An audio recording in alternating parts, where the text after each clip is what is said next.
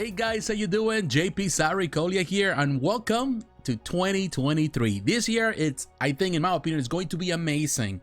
With so many collectibles, companies are doing crazy stuff, and Prime1 Studio is one of the companies, if not the company, who is leading the charge. During Christmas time, that same weekend, they had the second part of their showcase of the 10th anniversary. I did not get the chance to watch it that night or live stream it because I was sick. It was not a good time, but now that I finally had the opportunity to watch the showcase, and some people have asked for my opinion, so in this video I want to break it down just to give you my honest opinion in reference to everything that was showcased there. Now, the presentation started pretty strong with Messenger C. If you're a fan of this anime from back in the day, which is celebrating actually the 50th anniversary, it wasn't big in the United States, but it was big in Latin America. It was big around the world. And back as a kid in the 80s, I grew up watching the original cartoon. And I'm telling you, watching this project that they have with Josh Nisi, I would say a reimagining of Messenger C.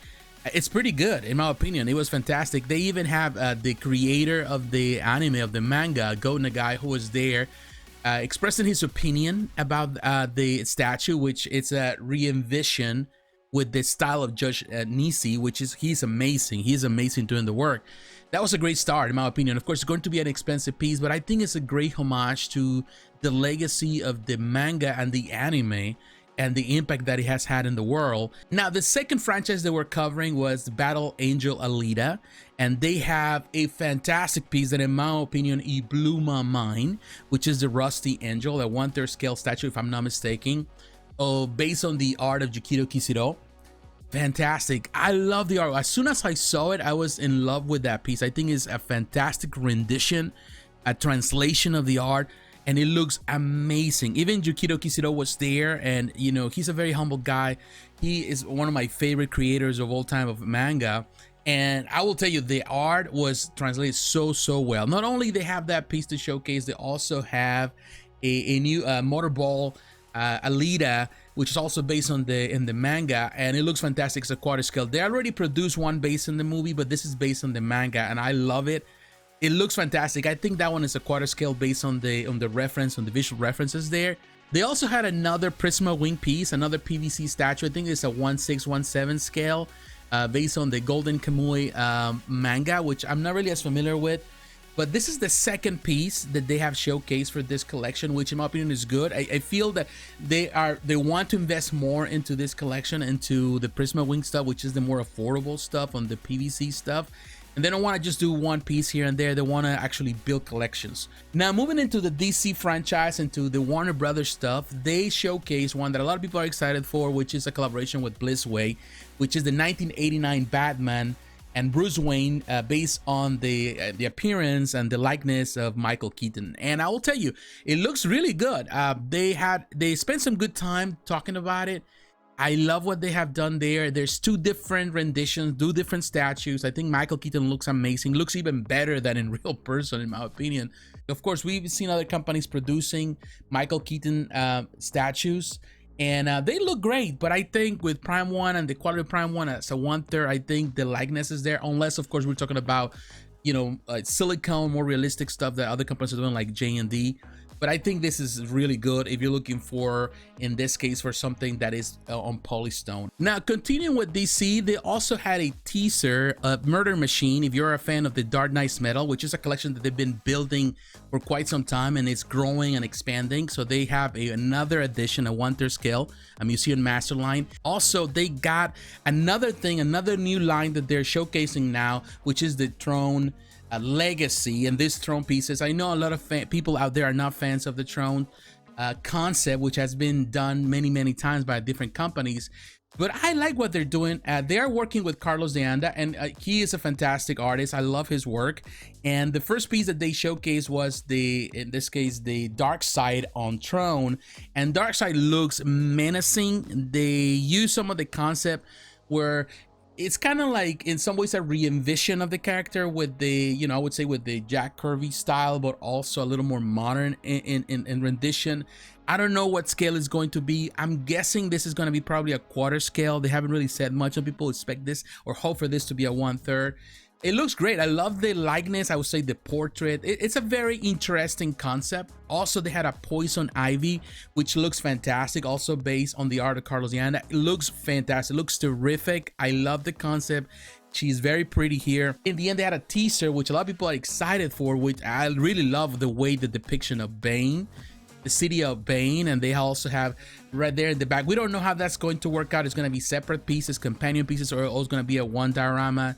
They have the Psycho Parrot, and of course Thomas Wayne, Batman, right behind Bane. We don't know if it's going to be, again, a quarter scale or 1/3 scale. Based on the dimensions of what they're doing here, it's more than likely that they're going to do a quarter scale, but you never know. They have this Batman Berserk. We don't know how that's going to work out. They showcase the piece now. At least they give us a rendition there. They didn't specify the scale. I will tell you, I'm not really blown away by the concept. To me, you know, it's a cool idea, but I don't really envision a Batman and Berserk together that way. Of course, some people love the concept. Of course, XM Studios have really done well with that particular concept with the samurai stuff, and they have done well. I think Prime1 wants to try to do something very similar, but in a different vein.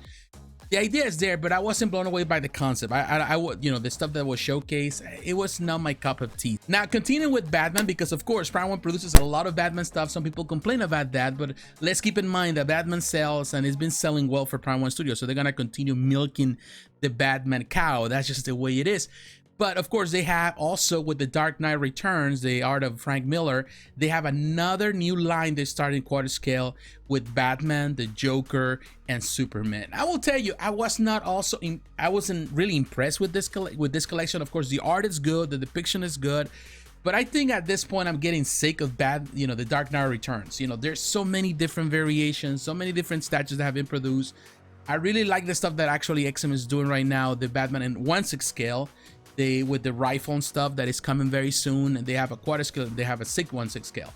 I like that concept. This one as a quarter scale, it's not a bad collection. I know some people will love it, but definitely I think we're getting sick and tired of the same concept, the same idea. Now, the last thing that they have for DC, and this is a divisive point, is they showcase the Batman Hush, which has been a fantastic collection for the company, for Prime1 Studio. The Batman and Superman, which in my opinion are some of the best pieces there, one of the pieces that people praise the most. Of course, now they gave us the announcement that they're gonna produce quarter scale pieces. A lot of people are excited for that. A lot of people are upset about that as well, you know, because they're people that they defend the 1/3. I don't think they are, you know, pushing each other out. I don't think one diminishes the other. At the end of the day, I think there is a big market for quarter scale stuff, and also there's a market for 1/3. Now, they also have teasers for CD Projekt Red properties. So we have one new statue for The Witcher, which is Jennifer 1/3 scale statue. It is only an unpainted prototype that was showcased very quickly. It's a teaser. It looks fantastic. I think the sculpt is really good. The contour of the body is amazing. She looks great. She's one of my favorite characters. Definitely, I love the game. And definitely they're growing this collection very nicely. They produce the best collectibles for The Witcher. They also gave us the teaser that they are working on the Cyberpunk Edgerunners, which is the TV show that is on Netflix based on the Cyberpunk 2077. They are working on it, so we'll see how that goes. I haven't even watched the show yet. I haven't had the opportunity to watch it. I want to watch it. I haven't even played much of the game, so we'll see how it goes. Now, continuing with gaming, they had another statue which blew my mind. I think it's my second favorite of the presentation after Rusty Angel. It's super hot. If you're a fan of the Nier Automata, some time ago, no longer, probably a year, 2 years ago, they have and I still on pre-order, a collaboration with Square Enix. They have this big diorama with 2B. But in the other characters, looks amazing. But I think this is a 1/3 looks fantastic. It has a lot of switch out parts. It looks great. So people are complaining in reference to the likeness because it's a more stylized design. She looks prettier and hotter than what she looks in the game. But to me, it looks great. I think this is a fantastic concept. The whole piece, the whole idea, the presentation, everything looks so realistic. It looks really good. Now, moving into teasers based on cinema, based on films, they gave us a teaser that they're working on stuff for The Boys. There's a lot of fans out there of The Boys. I'm not necessarily a big fan of The Boys. I haven't even watched the last season of The Boys. But I will tell you, you know, there is a big fan base out there, so they're working on it. We don't know what kind of scale it's gonna be on this. They also gave us the hint that they're working on John Wick, the chapter 4, the upcoming film. So they're working on stuff like that. So people are excited for it. Definitely, they do amazing work. So we'll see how they work with this. I think they're gonna be working with Blitzway on the likeness, so you know the likeness is going to be up there. Now moving into the Jurassic Park, Jurassic World franchise, they had a new diorama based on the Jurassic World Dominion, the final battle between the T-Rex and the other two dinosaurs, which is, it was cute, just a cute diorama. It has lighting and all that stuff. When you think that they have done enough, is, you know, dinosaur statues, Jurassic Park, Jurassic World stuff, and people, you know, you can think that people will be tired of it, they continue to produce stuff that really blows people's minds, and definitely this is one of them. It's fantastic, it's huge, it's gonna take a whole table. I'm sure it's gonna be expensive, but I know that a lot of people are gonna be excited because there's a big fan base out there, people that only concentrate on collecting this type of stuff. They're going to love it. I think this is one of the best dioramas that I've seen so far. Now moving into another classic franchise, movie franchise, you're talking about Predator. And this showcase, they have not only one new piece, they have 3 new pieces based on the Alien versus Predator movies, which in my opinion are not the best. You know, some people love them, but they're not the base Predator movies. But they have 3 new pieces. They have the CELTIC Predator, they have the Scar Predator, and they have the Chopper Predator. And I'm telling you, each one of them is very different. One thing I will tell you, Prime1 has done the best Predator stuff anywhere. You know, no other company has come close to the stuff that they have done with Predator. Now, at the end of the video, during the video presentation, it seems to me that they were kind of saying, they didn't say it like that, but it sounded more like a farewell to the collection. I'm not sure if this is going to be the end of the Predator franchise handled by Prime1 Studio. Perhaps they hasn't been as, you know, as successful financially for them, because they're producing very expensive pieces for sure. We don't know. It sounded a little bit like more like a farewell. So I don't know. Don't quote me on that, but that's how it sounded to me. Not sure if this is, they're gonna continue producing that, but they have produced so far so many pieces. And in some way, it's like, what else can they produce? I think that there's still a lot of things that they can produce based on the comics, based on other areas, but only time can tell. Now, another franchise that it's beloved by people who love, you know, the cinema, the action stuff, the sci-fi stuff, Terminator 2 Judgment Day. Now we were able to see more of the prototypes that they're working on. We didn't see full reveal, but we know they're working with the T-800. They're working with the stuff. They have some pieces there. They give us a lot of the hints. We saw the visual stuff. The guys working on this stuff looks fantastic. I'm looking forward to it. This piece is of course going to be 1/3. You know, other company that has been doing this stuff right now, Dark Side Collectibles, they've been doing some stuff. Other Chronicle companies have done stuff in the past. But definitely, when you talk about Prime1 Studio, you know you're gonna get the best of the best. So we'll see how that goes. Now, the final piece on the presentation is based on Avatar 2, The Way of Water, the newest Avatar film that I haven't watched yet. I need to go to the movie theater to watch it. But the diorama that they had was really amazing. It was a great diorama. A lot of people are excited for it. It looks fantastic with the lighting, the effects, the detail, the paint job. They have done a fantastic job with this one. I love it when Prime1 does dioramas. I think they do amazing work. They're huge dioramas. They're not small dioramas.